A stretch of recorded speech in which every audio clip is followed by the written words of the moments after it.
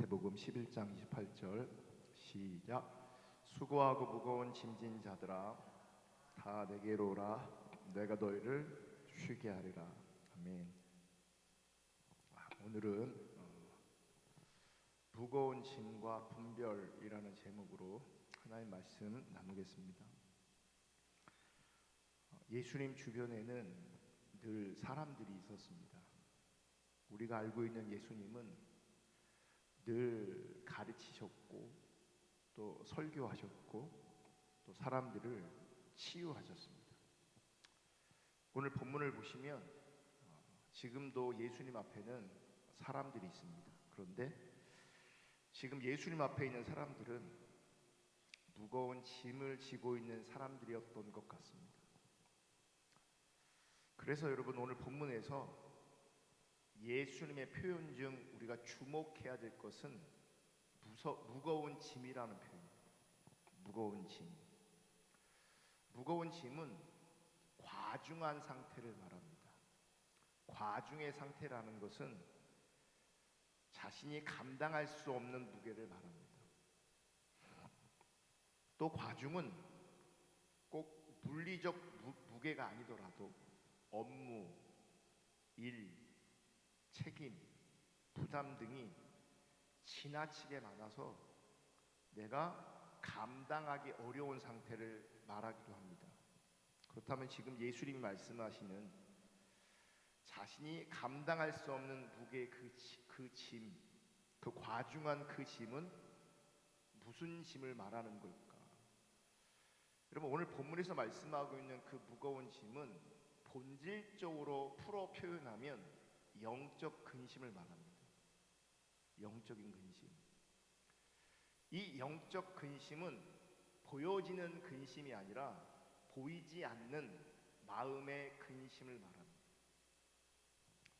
그러므로 무거운 짐은 내 마음이 담아낼 수 없는 무거운 짐인 겁니다. 내 마음이 담아낼 수 없는 그 근심이 과중된 상태, 즉 내 마음이 감당할 수 없는 상태를 말합니다. 여러분, 짐이 용량을 초과해서 과중되면 나타나는 현상이 있습니다. 멈춘다는 겁니다. 그 무게에 계속 짓눌려 있는 상태가 되는 겁니다. 그 무게에 계속 짓눌려 있기 때문에 아무것도 못합니다. 그냥 멈춰버립니다. 무게에 계속 짓눌려 있는 상태에서 우리가 하는 생각은 출구를 찾아야 되는데 출구를 찾는 것이 아니라 내가 하고 있는 그 생각이 도리어 근심의 늪이 됩니다. 계속 더 침체되어 가는 겁니다. 빠져나와야 되는데 더 못 빠져나오게 되는 거죠. 결국은 출구가 보이지 않는 아무것도 할 수 없는 상태가 됩니다. 그리고 내가 무언가를 하고 있더라도 그것은 전혀 의미 없는 것이 됩니다. 왜냐하면 내 영적인 상태가 멈춰 있기 때문에 그래요. 아무것도 할 수 없기 때문에 그래요. 그리고 이 상태에서는 분별력이 사라집니다. 분별력이 사라진다는 것은 내가 버려야 할 것과 버리지 말아야 할 것이 구분되지 않습니다. 정확하게는 구분을 못합니다. 뭘 버려야 되는지, 뭘 버리지 말아야 되는지 구분하지 못합니다.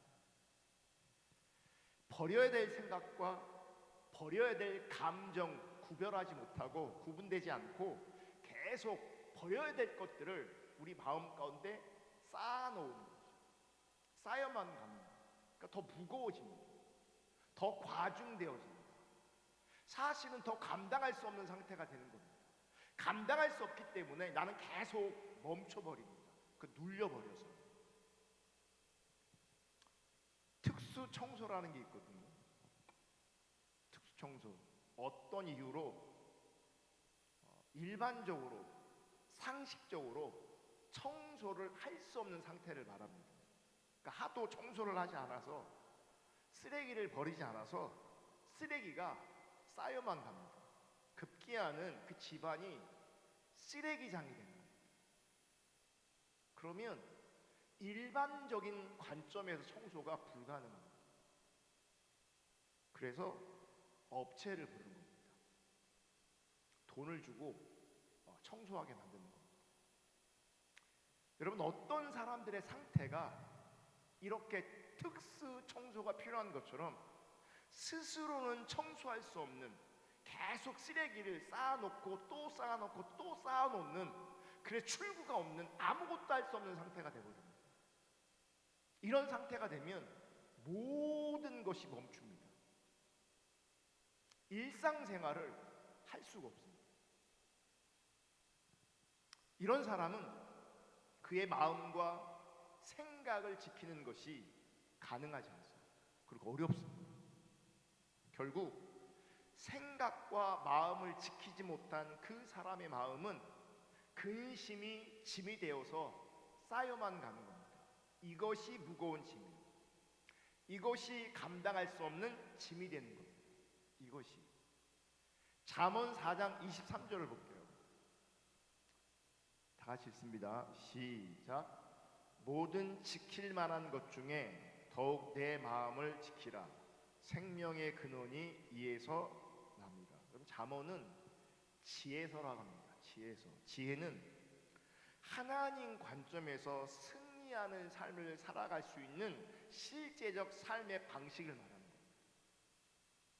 그래서 우리 가운데는요, 이 지혜가 절대적으로 필요합니다. 왜냐하면 하나님 관점에 승리하는 삶을 살려면 우리 가운데 지혜가 필요하기 때문입니다. 이 지혜가 없으면 하나님 관점에 승리하는 삶이 쉽지가 않습니다. 그리고 이 지혜의 다른 표현이 뭐냐면 분별력입니다. 분별력이 지혜고 지혜가 분별력입니다. 여러분, 분별력은, 그 지혜는 받아들일 것과 받아들이면 안 되는 것을 구분하는 겁니다. 그게 분별력이고 그게 지혜입니다. 좋은 것은 배우고 받아들이고 흡수하고, 나쁜 것은 차단하고 잘라내고 버려야 될 것. 그래서 좋은 것과 나쁜 것을 하나님 관점에서 선과 악을 아는 것이 지혜고 분별인 겁니다. 다시 잠언 4장 23절을 보시면 모든 지킬 만한 것 중에 더욱 내 마음을 지키라, 이렇게 말씀하세요.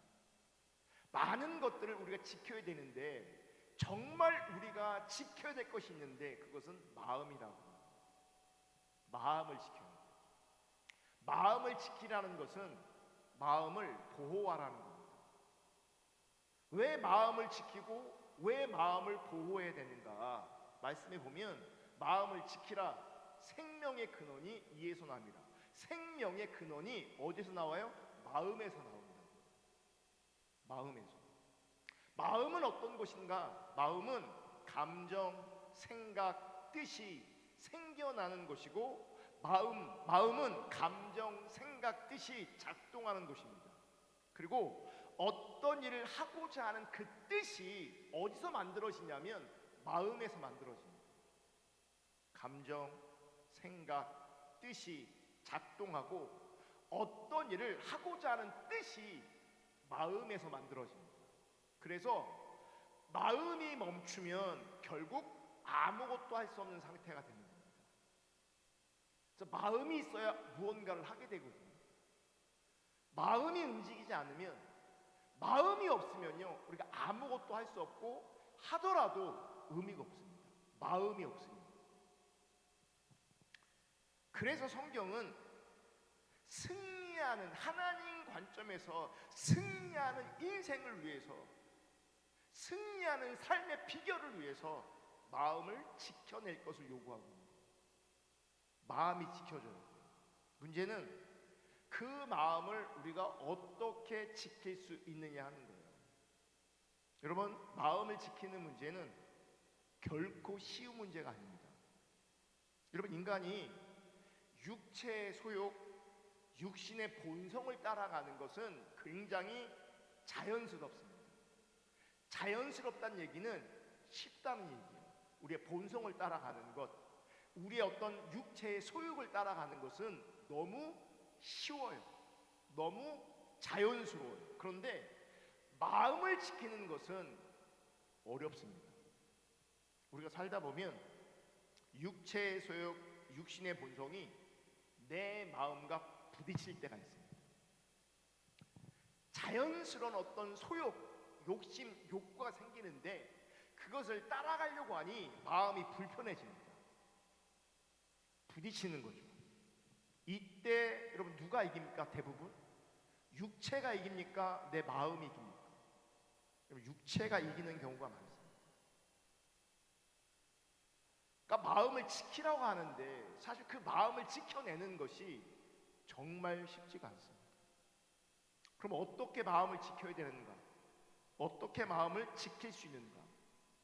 그러니까 마음을 지킨다는 게 뭔지를 먼저 알아야 돼요. 이런 마음을 지킨다는 것은 분별의 센서가 작동되고 있다는 겁니다. 분별의 센서. 분별. 여러분, 분별하면 바로 따라오는 어떤 단어가 생각나야 돼요. 이런 분별력은 뭐가 있는 것을 말하냐면 기준이 있는 걸 말합니다. 그게 지혜는 뭐냐면 기준이 있는 것을 지혜라고 말합니다. 분별력도 기준을 보는 것이 분별인 거예요. 하나님 관점에서 영적 분별력은 하나님의 뜻과 기준을 보는 것, 그게 영적 분별력인 겁니다. 그러니까 분별한다는 것은 기준이 분명히 있다는 거죠. 마음을 지킨다는 것은 이 분별의 센서가 작동하는 거예요. 분별의 센서가. 그러면 분별력은 기준이라고 했는데 그럼 뭐가 기준입니까? 여러분, 기준은 하나님의 말씀입니다. 하나님의 말씀이 진리이기 때문에 하나님의 말씀만 기준이 되는 겁니다. 여러분, 성경을 보시면 은사가 굉장히 귀중하고 소중하고 아름답기도 하지만 성경은 은사를 기준이라고 말하지 않습니다. 어떤 현상과 체험이 기준이라고 말하지 않습니다. 그래서 지금 제가 말한 거를 제가 늘 뭐라고 말합니까? 이건 본질이 아니다. 중요하지만 본질이 아니다 말하는 거예요. 본질이 아니란 얘기는 비본질이란 말이고, 그럼 비본질은 절대로 기준으로 작동될 수 없습니다. 그게 기준이 아니에요. 기준은 하나님의 말씀만 기준이에요. 성경은 하나님을 진리라고 말씀하고 있고 예수를 진리라고 말씀하고 있고 또 하나님의 말씀을 진리라고 말하고 있습니다. 아멘. 그래서 하나님의 말씀을 통해서 이 분별의 센서가 작동되어야 그것을 가지고 지혜라고 분별력이라고 말하는 것이고 그 지혜와 분별력이 있을 때 마음이 지켜지는 겁니다. 그러면 내 마음을 지키려면 뭐가 전제되어야 되는 거예요? 하나님의 말씀이 전제되어 있어야 되는 거예요. 그 말씀을 통해서 분별의 센서가 작동되어져야 내 마음을 지킬 수 있는 거예요. 그래서 여러분, 아무리 말씀을 들어도 성경 공부를 해도 이 분별의 센서가 작동되지 않으면 그분의 말씀 들음이 그분의 성경 공부한 것이 아무런 의미가 없습니다. 왜 성경을 읽고 묵상하고 듣고 성경 공부를 왜 하냐? 목적이 뭐냐? 분별의 센서가 작동되기 위해서 말씀을 읽고 묵상하고 설교를 듣고 성경을 공부하는 거예요. 읽고 묵상하고 듣고 연구하고 공부하는 것 자체가 목적이 아니에요. 아무리 많이 해도 이 분별의 센서가 작동되지 않으면 성경을 아무리 가까이 해도 그게 의미가 하나도 없어요. 율법주의 거짓신앙은 성경은 많이 읽고 공부도 많이 하고 연구도 많이 하는데 하나님 관점에 이 분별의 센서가 작동되지 않는 거예요. 그래서 그들이 성경을 연구한다고까지 말하는데 그것이 의미가 없어지는 거예요. 여러분 성경 읽는 거 잘하는 거고요, 묵상하는 거 잘하고 큐티하는 거 잘하는 거고 공부하는 거 잘하는 거고 설교 열심히 듣는 것도 잘하시는 거예요. 하지만 이유가 있어요. 그거 하는 이유가 분별 때문에 하는 거예요. 분별의 센서가 작동되기 위해서. 그럼 어떻게 말씀을 통해서 분별의 센서가 작동될 수 있는가? 여러분 진짜 하나님을 경외하셔야 합니다. 잘 들으세요. 내가 하나님을 경외할 때, 하나님의 말씀을 듣고 뭐 공부하고 묵상하고 읽을 때, 경외할 때 그 말씀을 통해서 분별의 센서가 작동되는 겁니다. 말씀을 그렇게 많이 들었음에도 불구하고 분별의 센서가 작동되지 않는 이유는 하나님 경외하지 않기 때문이에요. 그럼 보세요. 하나님 경외하지 않아요?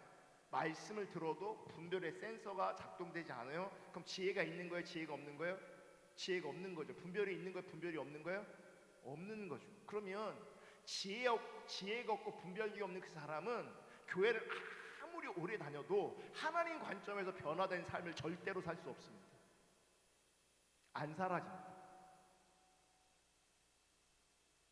왜 그러냐면 말씀을 통해서, 내가 하나님을 경외함으로 말씀을 통해서 분별력이 뭐라고요? 기준이라 그랬죠. 기준에 맞추는 거라고요. 그게 신앙생활이에요. 근데 경외하지 않으면, 하나님을 경외하지 않으면 말씀을 아무리 들어도 하나님 기준 앞에 자기를 조종하지 않아요. 기준이 애초에 안 보이니까. 그러니까 기준이 없으니 어떻게 살겠어요? 여전히 자기가 원하는 대로, 자기 뜻대로 살게 돼 있죠. 그럼 그런 상태에서는요, 마음을 지킬 수가 없습니다. 마음이 지켜지지 않습니다. 그러니 감정, 생각, 의지 이런 것들이 하나님 관점에서 작동되지 않습니다. 말씀을 통해서 분별의 센서가 작동되려면 진짜 하나님 경외하셔야 되고요, 진짜 하나님을 신앙하셔야 합니다. 그래서 성경은 하나님을 경외하는 것이 지혜의 근본이라고 한 겁니다. 그래서 잠언 9장 10절 있습니다. 시작. 여호와를 경외하는 것이 지혜의 근본이요 거룩하신 자를 아는 것이 명철이다. 여기서 명철이 뭔지 아십니까? 이해력, 통찰력 말하는 거예요. 이게 분별력과 관련된 말이죠. 지혜, 명철, 분별 다 비슷한 말이에요. 여러분 하나님을 경외해야 하나님의 말씀이 기준됩니다. 내가 하나님을 신앙해야 하나님의 말씀이 기준됩니다. 하나님의 말씀이 기준되어야 분별력이 주어질 것이고 분별의 센서가 비로소 작동되는 겁니다. 그러므로 여러분 하나님을 경외한다는 것은 결국 말씀을 듣고 말씀을 마음에 두는 삶으로 나타나게 되어 있고, 더 나아가서 말씀을 듣고 그 말씀에 순종하는 삶을 말하는 겁니다. 하나님의 말씀이 기준이기 때문에 순종하는 삶은 하나님의 기준에 반응하는 삶을 말합니다. 내 욕구와 상관없이, 내가 원하는 것과 상관없이. 이런 사람은 말씀이 마음에 새겨지기에, 말씀을 하나님 관점에서 지킬 수 있기에 분별할 수 있게 됩니다. 그리고 분별되어지는 거예요. 그게 지혜예요. 그게 명철이에요. 분별의 센스가 이제 작동되니 받아들일 것과 받아들이지 말아야 될 것들이 분명하게 알아지는 거죠. 내가 취해야 될 것과 버려야 될 것들, 내가 거부해야 될 것들 분명하게 보여지는 거예요. 알아지는 거예요. 여러분 말씀의 센서가 작동되지 않았던 첫 번째 사건이 뭔지 아십니까? 아담과 하와의 범죄입니다. 여러분 아담을 향한 사단의 유혹의 목적은 아담의 분별력을 흐리게 하는 겁니다. 처음부터 선악과를 따먹는 게 아니에요. 1차적 목적은 분별력을 흐리게 만드는 겁니다. 왜요? 분별력을 흐리게 해야 선악과를 따먹게 되거든요. 그래서 어떻게 하는지 아십니까? 사단은 지속적으로 유혹합니다. 지속적으로. 아담이 잘못한 게 뭔지 아십니까? 아담의 문제는 하나님의 말씀을 계속 들었어야 합니다. 그런데 결국 아담은 하나님의 말씀을 지속적으로 듣는 것이 아니라 마귀의 소리를 지속적으로 듣게 되었습니다. 무슨 말이냐면, 여러분, 사단이 처음 시험했을 때, 사단이 처음으로 유혹했을 때 아담이 넘어갔을까요? 안 넘어갔을까요? 우리 성경에 보면 유혹하면 바로 넘어가는 것처럼 보이지만 상상을 해보세요. 한 번 유혹했는데 바로 넘어가는 게 가능한가? 가능하지 않겠죠. 여러분, 단번에 한 번에 아담이 넘어가는 게 아니에요. 처음에 유혹했을 때는 밀어냈을 겁니다. 처음에 유혹했을 때는 또 거부했을 겁니다. 그때는 분별의 센서가 작동했을 겁니다. 문제는 뭔지 아세요? 마귀는 절대 포기하지 않고 지속적으로 미혹한다는 거예요. 결국 아담은 어느 순간에 분별의 센서가 작동한 게 아니라 자기 중심성이 작동했습니다. 육신적인 생각의 문이 작동했습니다. 그러니까 영적 분별력은 멈춰버리고 육체의 소욕, 자기 중심성은 작동되기 시작합니다. 그렇게 되니 결국 받아들이면 안 되는 마귀의 소리를 분별하지 못하게 되었습니다. 분별되지 않으니 받아들였습니다. 버리고 차단하고 끊어버려야 될 음성을 분별하지 못하고 생각에 쌓아두기 시작했습니다. 결국은 선악과를 먹어버린 거죠. 결국은. 여러분, 단번에 넘어진 게 아니에요. 우리도 마찬가지예요. 여러분, 만약 내 마음, 내 생각, 내 감정이 어느 순간 멈춰 있다, 내가 분별력을 잃어버렸다면, 나에게 지혜가 없다면 그것은 하루아침에 일어난 일이 아니에요. 내가 분별력이 없고 지혜가 없는 그 이유는 하나님의 말씀을 지속적으로 들은 것이 아니라 세상의 소리에 지속적으로 노출되어 있는 거예요. 이거는 성경을 읽는 행위와 상관이 있을 수 있고 상관이 없을 수 있어요. 그러니까 성경을 읽는 행위를 종교적 행위로, 율법주의 관점의 성경을 읽는 행위가 있어도 지속적으로 세상의 소리를 들으면 그 세상의 소리에 영향을 받게 되어 있어요. 그러니까 내가 성경을 읽는 것과 교회를 다니는 것과 뭔가를 체험하는 것과 전혀 상관없이 육체의 소욕을 따라가게 돼 있고 자기 중심성을 따라가게 돼 있어요. 분별을 전혀 못해요. 지혜가 전혀 없어요. 분별력이 전혀 없어요. 왜 그러냐? 지속적으로 세상의 소리에 노출되어 있고 지속적으로 이 자아의 소리, 하나님 없는 자기 중심성의 소리에 계속 노출되어 있으면 결국 우리의 마음을 지킬 수가 없어요. 지켜지지 않아요. 그렇게 되면 내 안에 있는 진리의 경계선이 내가 인식하지도 못하는 사이에 심해져 버립니다. 내가 하나님을 경외해서 늘 하나님 말씀을 듣고 있을 때는 그 진리의 선이 분명히 서 있습니다. 못 넘어갑니다. 근데 어느 순간 점점점 얘가 심해집니다. 심해지면 넘어가는 게 쉽습니다. 자기가 넘어간지도 모르고 넘어가 버립니다. 그것을 가지고 분별력을 잃어버린 상태다라고 말합니다. 그럼 어떻게 해야 되냐? 다음 주에 이 부분을 더 살펴보겠지만 결론부터 말씀드리면 예수님께 나아가셔야 합니다. 다시 마태복음 11장 28절, 수고하고 무거운 짐진 자들아. 이건 단순히 우리 인생이 어렵고 힘듦을 말하는 게 아니에요. 너 살기 힘들지, 너 살기 어렵지, 이런 수준의 수고하고 무거운 짐이라고 말하는 게 아니고요. 수고하고 무거운 짐진 자들은 지금 지혜를 잃어버리고 분별력을 잃어버렸어요. 마음을 지킬 수 없어요. 그래서 하나님 앞에서 아무것도 할 수 없고, 혹은 하나님 앞에서 무언가를 하더라도 아무런 의미가 없는 사람들이에요.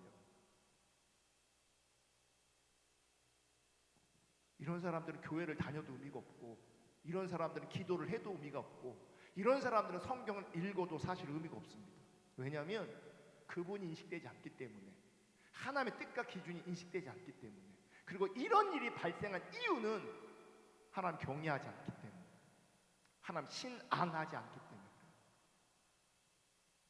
수고하고 무거운 짐진 자들아 어떻게 해요? 다 내게로 오라. 내 무거운 짐, 내가 감당할 수 없는 짐, 죄의 문제, 분별력이 무너진 이 문제는 여러분 절대로 사람이 해결해 주지 못합니다. 주님께 가셔야 돼요. 여러분 주님께로 가셔야 저와 같은 사람도 여러분에게 도움이 될 수 있습니다. 주님께로 가려고 하셔야 저와 같은 사람도 조금이나마 여러분들에게 도움을 줄 수 있습니다. 여러분들이 주님께로 가지 않으면 제가 여러분을 도울 수가 없습니다. 제가 아무리 도와줘도 여러분 각자가 주님께 나아가지 않으면 제 도움은 아무런 쓸모도 아무런 소용도 없습니다. 그래서 여러분 사람이 본질이 아닙니다. 사람이 답이 아닙니다. 아무도 나의 이 무거운 짐의 문제를 해결해 줄 수 없습니다. 아무도, 그 어떤 사람도. 근본적인 도움은요 주님께 가셔야 돼요. 주님을 안 찾으면 그럼 대안이 없습니다. 주님을 안 찾으면 아무리 제가 설교를 잘해도, 아무리 열심히 해도, 아니 개인적으로 뭔가 성경을 공부시켜줘도 대안이 안 나옵니다. 그런 식으로 분별력이 회복되지 않습니다. 주님을 찾을 수 있기를 주님의 이름으로 축복합니다. 저도 그렇고 여러분도 그렇고 주님께 가셔야 되고 주님을 찾으셔야 합니다. 하나님 경외함, 신앙함 회복하셔야 합니다. 말씀이 내 삶과 내 신앙의 기준으로 작동되도록 해야 합니다. 종교 앞에 서는 것은 절대로 이런 열매가 나오지 않습니다. 주님께 가야 분별의 센서가 작동합니다. 여러분 지혜는요 뭐 열심히 한다고 주어지는 게 아니에요. 성경 천독하면 지혜가 주어진다? 그 거짓말입니다. 성경 천독하잖아요, 교만만해집니다. 하나님의 말씀을 통해서 하나님의 기준이 보이고 하나님의 뜻이 보여야 거기서 하나님께서 원하시는 지혜가 주어지고 분별력이 주어지는 것이지, 그냥 종교 행위한다고 뭔가 열심히 한다고 그 지혜와 분별력이 주어지는 게 아니에요. 그래서 하나님 경외함을 회복하셔야 되고 내 신앙과 삶에 하나님의 말씀이 기준으로 작동되셔야 합니다. 하나님의 말씀만이 기준으로 작동되셔야 합니다. 아멘. 그래야 무거운 삶의 무게, 그 무거운 짐의 문제를 해결할 수 있고, 지혜 없는 문제, 분별력이 없는 문제도 결국은 내가 주님께로 가야 합니다.